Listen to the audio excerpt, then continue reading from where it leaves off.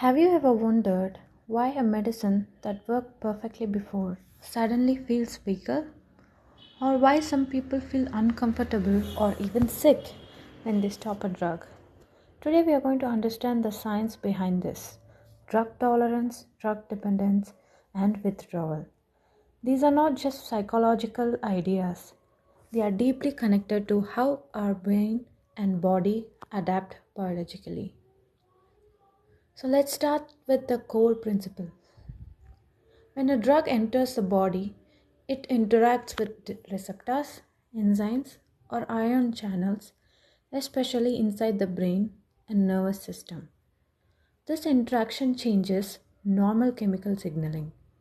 It may reduce pain, increase alertness, calm anxiety, or produce pleasure.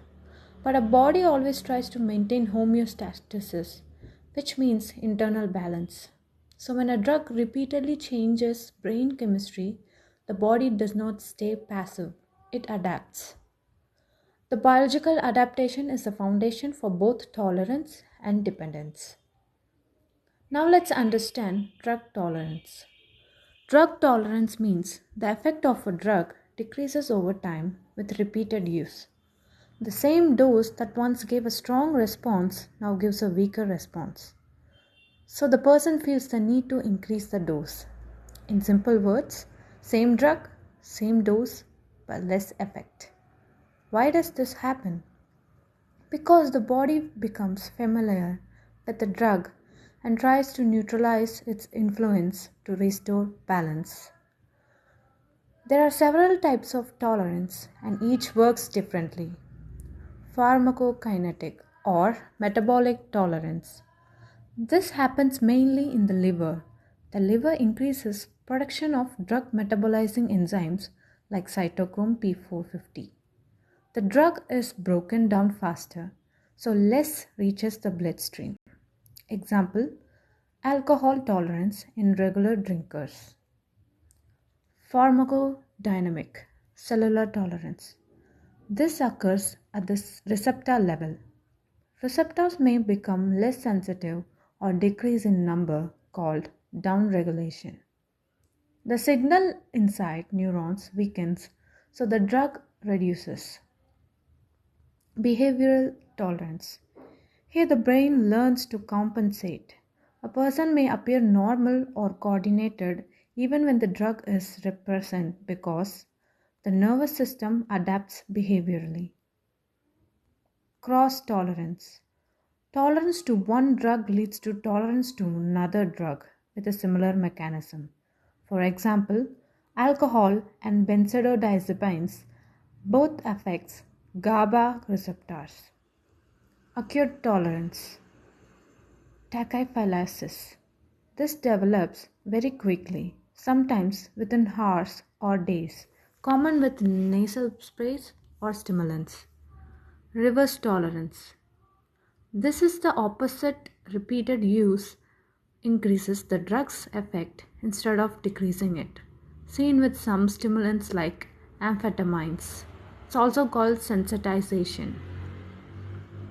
Drug dependence. Now let's move to drug dependence. Tolerance is about reduced effect. Dependence is about need or craving. Drug dependence happens when the body or mind begins to rely on a drug to function normally.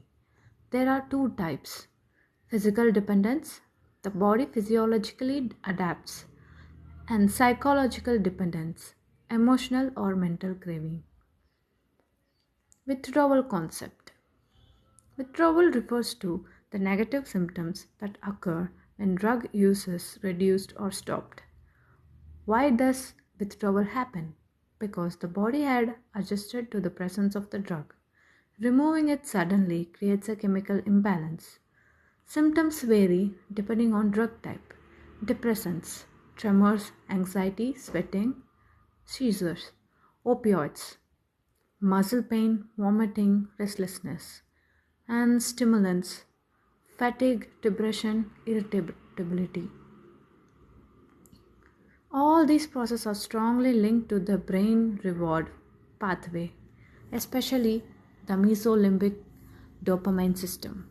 These are the biological basis. Key brain areas involved include nucleus accumbens, prefrontal cortex, amygdala.